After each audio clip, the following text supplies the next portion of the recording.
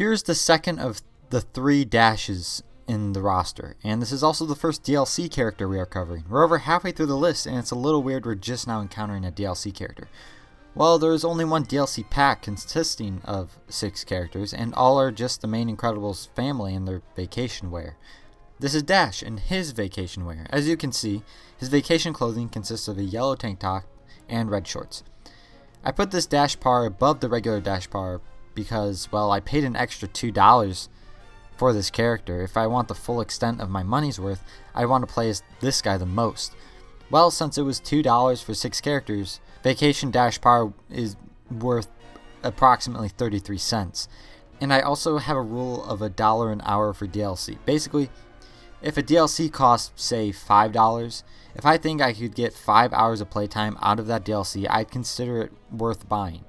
If Vacation Dash Parr is worth 33 cents, that equates to 20 minutes of playtime, and I definitely made that quota, so that's nice. Also, I said I would cover an ability of Dash for each variant, and last time I covered Agility. This one is an obvious one, Crawl Hatch. He's a small boy, so this isn't surprising at all.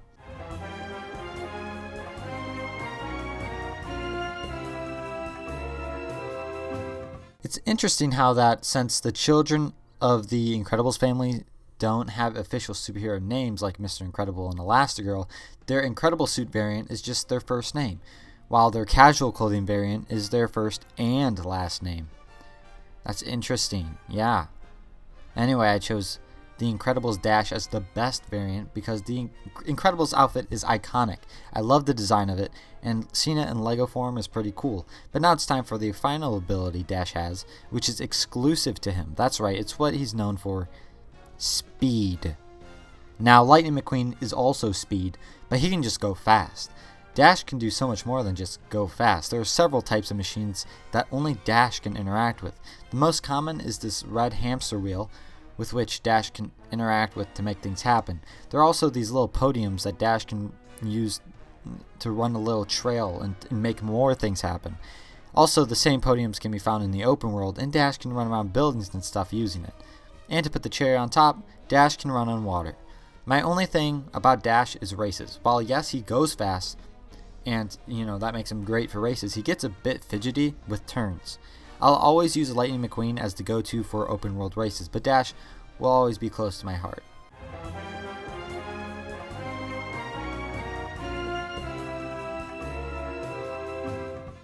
Wow, from one incredible family member right into the next. That's right, the head of the household himself is pretty low on the list considering everything. I mean, Bob Parr is the main character. You'd expect him to be higher. In reality, Bob Parr and his 7 variants, not including the minifigure variant we've already seen a few parts ago. So, with the 7 variants, he'll be taking up most of the rest of this part. All Bob Parrs in the next 7 segments have the same 3 abilities. Get used to this face. But I can't do the same as I did with Dash, where I can cover 1 ability each segment. Well, I will do that, but Bob Parr only has 3 abilities, so I can only do that for 3 of the 7 segments. I won't cover an ability now in this one because I'm already pretty deep into the segment, so this is just more of like prefacing what you're about to see. Speaking of this segment, it's the workout Bob Parr. This is the outfit worn when he was lifting trains and stuff in preparation for Operation Kronos. This is the worst variant in my opinion because his outfit here is just so boring. It's just all black shorts and a tank top.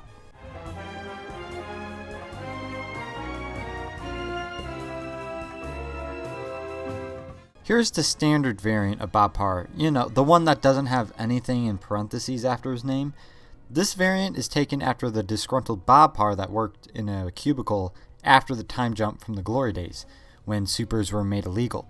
His undone tie here is a nice touch. It's a lot more appealing than the workout Bob Parr since there was at least a little bit of effort in his design. But let's cover one of the 3 abilities Bob Parr has. This first one is the obvious one here, Strength. You all know Strength, an ability that debuted in the first LEGO Batman game. There are those orange handles, and people like Bob Parr, a guy who is known for his swollenness, can use them to forcefully rip open something. So this is one of the most obvious abilities to give Bob Parr, so I thought I'd cover it first, so that the more important abilities are saved for later for suspense.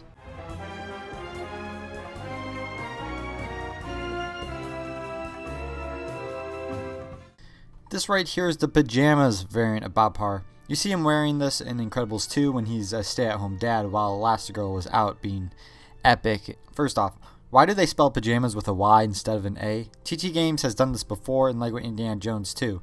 So, what's the deal? It looks like a sin when pajamas is spelled with a Y. Just spell it with an A. It's just not that big of a deal. Anyway, Pyjamas Bob Parr is above the others for the same reason why the regular Bob Parr was above the workout Bob Parr. There's clearly more effort put into this design. However, the stripes on the torso don't extend to the legs like they should, but you can't win every battle, I suppose. I guess we can talk about Bob Parr's second ability, Bulldoze. We've covered Bulldoze before, where a character with it can just barge into enemies and make them go flying, despite not actually fighting them. Bulldoze characters can also crash through cracked walls to avoid that long animatic where the character has to wind up their strike to tear down the cracked wall. With Bulldoze, you can just pummel right through them. It's a pretty nice ability, and it's good that the main character has it.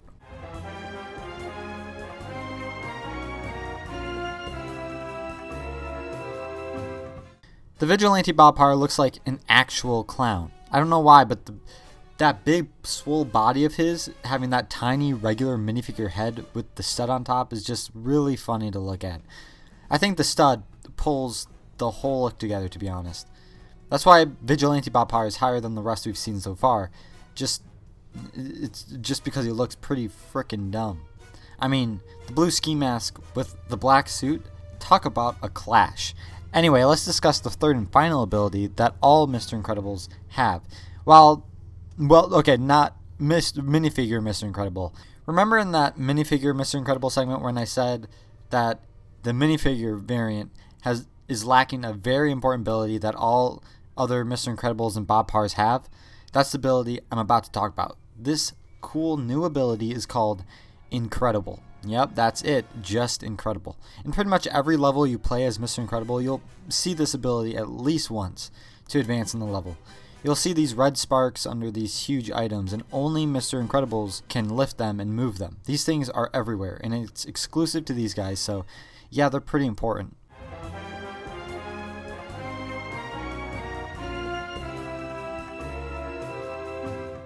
So we've covered all three of the Mr. Incredible abilities, so these last three segments are going to be major filler, so strap in, boys. This time around, the last Bob Parr before we get into the Mr. Incredibles is the Vacation Bob Parr. Just like the Vacation Dash Parr, the Vacation Bob Parr was included in the only DLC release for this game, which was just a character pack with vacation variants of the main characters. And just like Vacation Bob Parr, I would have needed to play Vacation Bob Parr for a total of 20 minutes to get my money's worth of the character.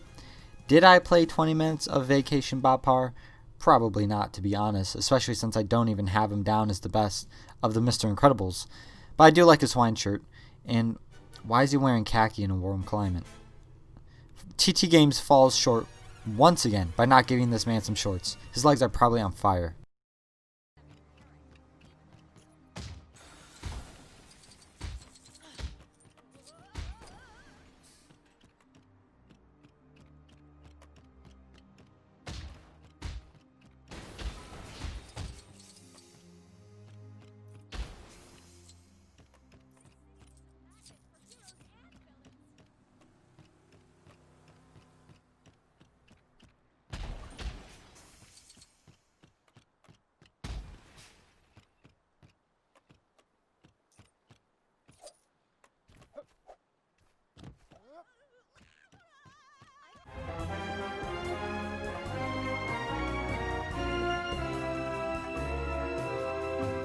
There are 5 Bob Parrs and 2 Mr. Incredibles, excluding the minifigure Mr. Incredible, of course.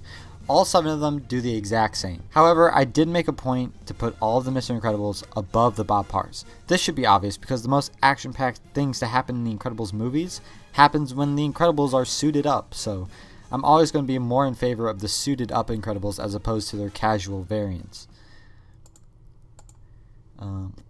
Sorry. Cut this out, obviously. This right here is the Golden Age Mr. Incredible. His blue and black color scheme with the red dot for an eye is very nice indeed. You unlock this variant in the Golden Years level, the first level in the Incredibles campaign. This is one of my more favorite levels in the game, mostly because of the Bon Voyage boss fight. The boss fight actually wasn't bad, and that contraption that was set up in the bank is very unusual for a bank, mostly.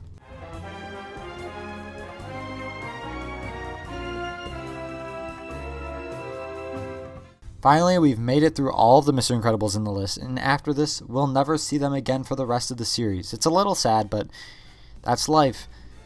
Anyway, just like I did for Dash, I'm putting the standard red and black outfit for Mr. Incredible as the best, in quotation marks, best variant of Mr. Incredible.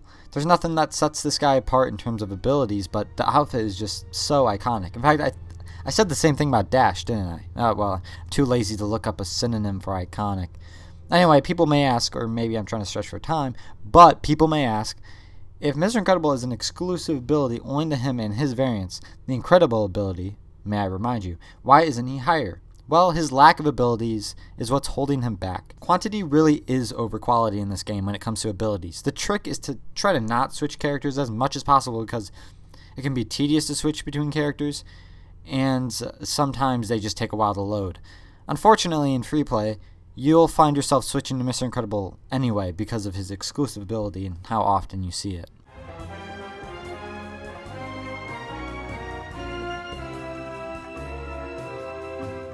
This part has been pretty bare in terms of the characters covered. In this part, we've only seen Dash, Mr. Incredible, and now this guy who isn't even from Incredibles. That's right, this is Russell, the Up representative in this game. The Pixar build for this game is Carl's colorful house that is featured in Up, and it's in the middle of a construction zone in the financial district, which is just like in the movie before Carl yeeted out of there with his entire house. But alas, it's not Carl we see in this game, it's Russell.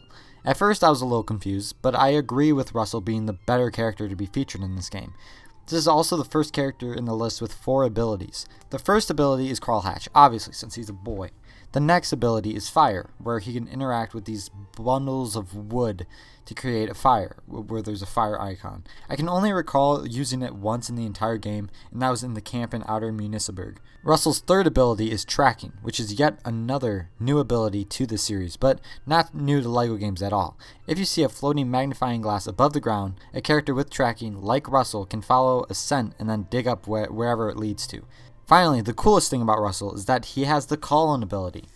Who does he call in? Kevin. It's so cool to ride a Lego Kevin, even if he can't jump as high as he should be able to. Russell has a wide range of abilities, and he's always in your party when you play free play.